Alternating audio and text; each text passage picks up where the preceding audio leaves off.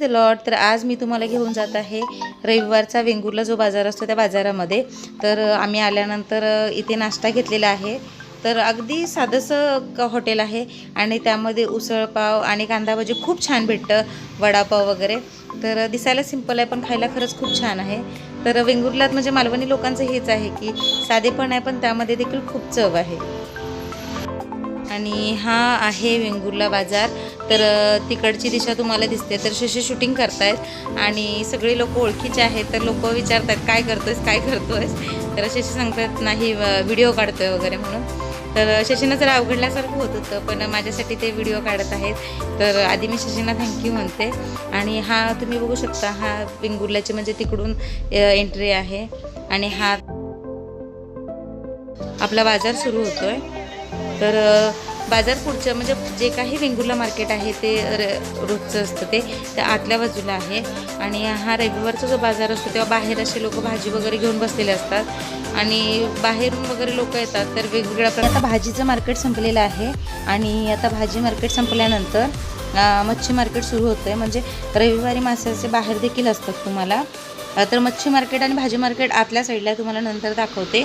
पण रविवारचा जो बाजार असतो त्यावेळेस असं बाहेरच्या साईडला भरपूर असे मासे घेऊन भाजी घेऊन बसलेले असतात. तर इकडून माशांचे बघू शकता तुम्ही मासे ठेवलेले आहेत वेगवेगळे.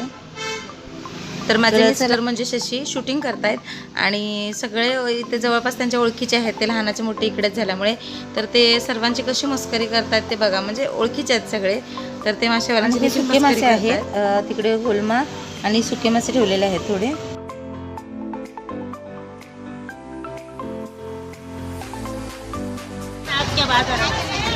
तुझं करतो मासो फॉरेनक पाठायचं योग्य म्हणजे फॉरेनक पटून जाऊ बघा. जय दराडे बघ काय हस.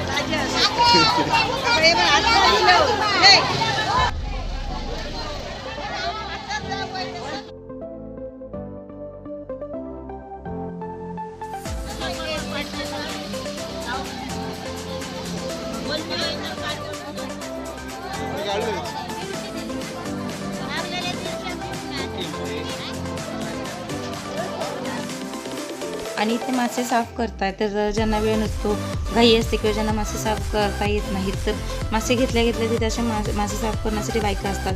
आणि काय तुमचे मासे किती असतील त्याच्यावर 10-20 रुपये 30 रुपये असे घेऊन मासे तुम्हाला साफ करून दिले जातात. मागच्या व्हिडिओमध्ये मी तुम्हाला बंदरावरचे मासे दाखवले होते.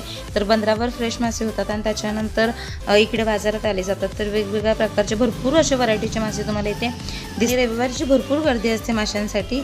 आणि आता एक ओळखीच्या वहिनी आहेत तर आम्ही नेहमी त्यांच्याकडून मासे घेतो आणि ती शशींची आणि त्यांची कशी मस्करी सुरू आहे ते बघा. आणि तुम्हाला मालवणी भाषा देखील ऐकायला भेटेल. तर बघा पुढे मी दाखवते तुम्हाला त्यांची कशी मस्करी सुरू आहे. कोण पाटील काय विचारू शकत नाही. ह्याचं का 350 बघलं माहेर तर हा ह्यो गेलो बोंबील.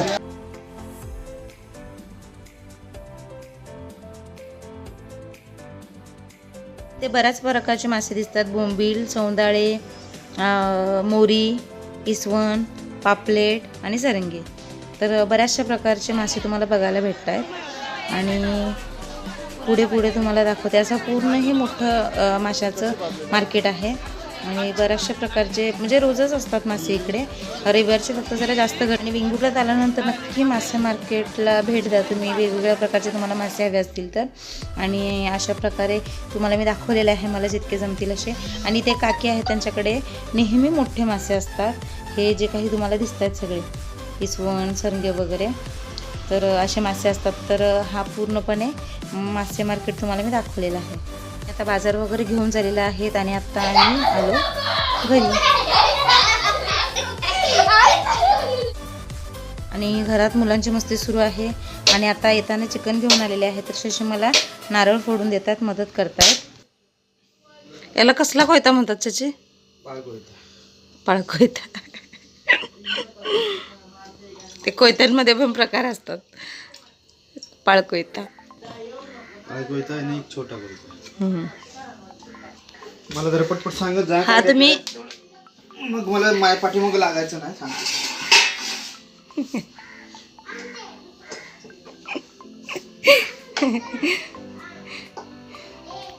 तर तुम्ही बघू शकता अशा प्रकारे मालवणी लोकांकडे मोठे मोठे आढाळे असतात, म्हणजे वेळी, जे कोल्हापूर साईडला छोटे छोटे असतात, आम्ही वेळती म्हणतो त्याला. तर शशींना बाहेर जायचं आहे, त्यामुळे शशी मला मदत करतात आणि एरवीही करतात, कारण आम्ही दोघे पण काम करणारे आहोत. जो प्रत्येक नवऱ्याने बायकोला मदत केली पाहिजे, थोडीफार काय असेल ना.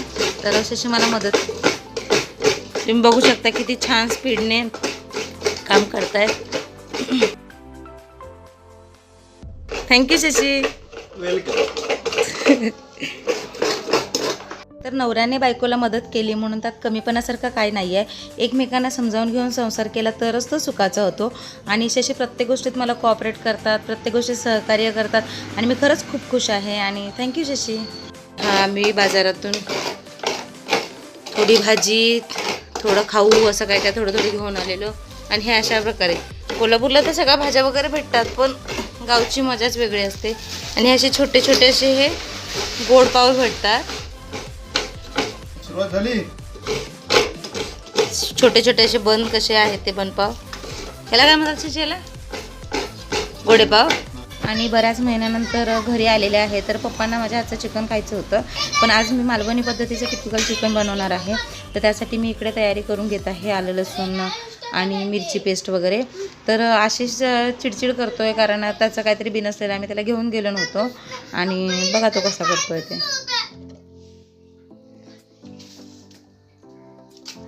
आशिष नको ना रे घाण करूस. आणि इकडे मी तयारी करत आहे चिकन बनवायची. तर आधी पेस्ट वगैरे करून घेणार आहे.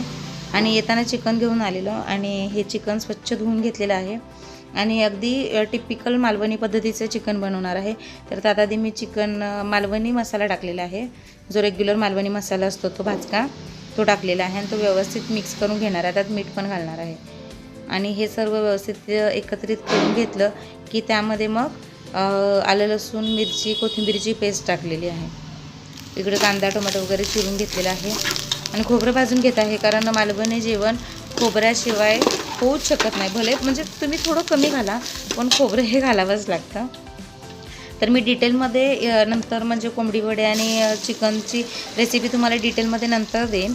आता इथे मला खूप घाई झालेली आहे आणि आई गेलेल्या आहेत बाहेर, त्यांचं काहीतरी काम आहे. आणि बऱ्याच महिन्यानंतर मी आलेले आहे, तर आईंना पण थोडंसं जरा बरं वाटतंय. मग मी म्हणले ठीक आहे, आज मी बनवते, तुम्ही तुमचे काय ते कामं करून घ्या. आणि कांदा टोमॅटो भाजून घेतलेला आहे व्यवस्थित. तर मालवणी जेवण हे अगदी कमी तेलात बनतं, पण अगदी रुचकर लागतं. म्हणजे तुम्ही मालवणी जेवण बघितलं तर अगदी चरचरीत, रसरसीस आणि असं काय म्हणतात त्याला, झणझणीत नसतं, पण जे असतं ते खूप खरंच चवीला, असं साधं सोपं, पण मला खूप आवडतं. आणि आता मी मालवणी कोल्हापुरी मिक्स झाल्यामुळे मला दोन्हीकडची पण इतकी सवय झालेली आहे. आणि मला देखील आता खोबरं म्हणजे जेवणामध्ये बऱ्याच प्रमाणात मी वापरते. तर इकडे मी चिकन फोडणी टाकून घेते आधी. तिकडे खोबरं म्हणजे कांदा खोबऱ्याचं वाटण झालेलं आहे. आणि मालवणी जेवणामध्ये म्हणजे प्रत्येक जेवणाची एकच प्रोसेस असते. कांदा खोबऱ्याचं वाटण हे कॉमनच असतं. फक्त जी मच्छी कढी आहे त्यामध्ये जे काही खोबरं असतं ते कच्चं म्हणजे हिरवं खोबरं घेतात, म्हणजे न भाजता. आणि हे मॅरिनेशन केलेलं चिकन आता त्यामध्ये मी टाकत आहे. तर तुम्ही बघू शकता मी तेल वगैरे काही जास्त टाकलेलं नाही, अगदी सिंपल पद्धतीने करत आहे. थोडा वेळ झाकून ठेवते. आणि चिकन शिजलेलं मी तो व्हिडिओ काढल्यानंतर विसरले आणि त्यानंतर मी त्यामध्ये कांदा खोबऱ्याचं जे वाटण होतं ते टाकलेलं आहे. आणि पाणी टाकायचं आणि ते व्यवस्थित असं शिजवून घ्यायचं. तर चिकन शिजल्यानंतर त्यामध्ये वाटण टाकायचं आहे, आधी टाकायचं नाही आहे. आणि थोडीशी कोथिंबीर टाकते. तर तुम्ही कलर बघू शकता, तर कोल्हापुरी जेवणाचा असा लाल लाल कलर येतो, तर मालवणीच्या जेवणाचा असा कलर लाल येत नाही, कारण मसाला थोडा काळपट असतो. तर आता मी इकडे बनवत आहे पप्पांसाठी ताट. तर कोशिंबीर म्हणजे कांदा टोमॅटो चिरून घेतलेला आहे. भात, गॅस असल्यामुळे चूल इकडे आम्ही आता वापरत नाही. परत केव्हा तरी येईन तेव्हा मी तुम्हाला चुलीवरचं जेवण बनवून दाखवेन नक्की. आणि स्पेशल वेंगुर्ल्याची स्पेशालिटी चौकोनी पाव किंवा ह्याला आळणी पाव पण म्हणतात.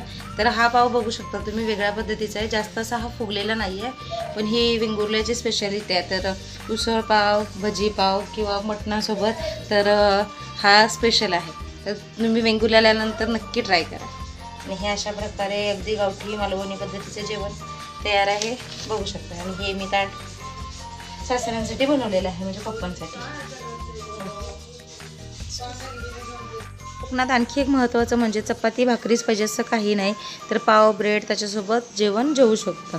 तर इकडे माझं जेवण तयार झालेलं आहे आणि आता आम्ही जेवणार आहोत. तर हे सगळं मी खरंच खूप मिस करते. आणि आता सुट्टी तर संपतच आलेली आहे, म्हणजे 2 दिवसांचीच होती सुट्टी. तर हे सगळं जेवण आणि हे आम्ही एकत्र बसून जेवतो. फक्त आई नाही आहेत, आई बाहेर गेलेल्या आहेत आणि खरंच खूप मिस करते. आणि कोकणात छोटंसं का असेना पण घर असायला पाहिजे. आमचं गाव कोकणात आहे म्हणताना खरंच खूप मोठा आनंद होतो. आणि घर तुम्हाला दाखवलेलं खूप घाण झालेलं. तर आता इकडे आम्ही साफसफाई केलेली आहे, कारण जाण्यापूर्वी सगळं साफ करायचं होतं. तर आता सगळं क्लीन केलेलं आहे, कारण घर रिकामी आहे तर ते घाण असलं तर तसंच राहणार. तर सुट्टी संपली आणि आता जायची वेळ आलेली आहे. मन खूप भरून आल्याने अक्षरशः रडायला येतं आहे. आणि आईंना देखील खूप वाईट वाटलं, आई पप्पांना, कारण आम्ही असले की त्यांना जरा बरं वाटतं, विशेष करून आशिष असल्यामुळे. तर आम्ही पहाटे 5 वाजता मठ स्टॉपवर एसटीची वाट बघत बसलेलो आहोत. आणि कोकण ब्लॉग पहिला तुम्ही बघितला, छान प्रतिसाद दिला. जर बघितला नसेल तर जाऊन बघा. हा व्हिडिओ कसा वाटला नक्की लाईक करा, शेअर करा, सबस्क्राईब करा. काही कमेंट्स असतील तर कमेंट्स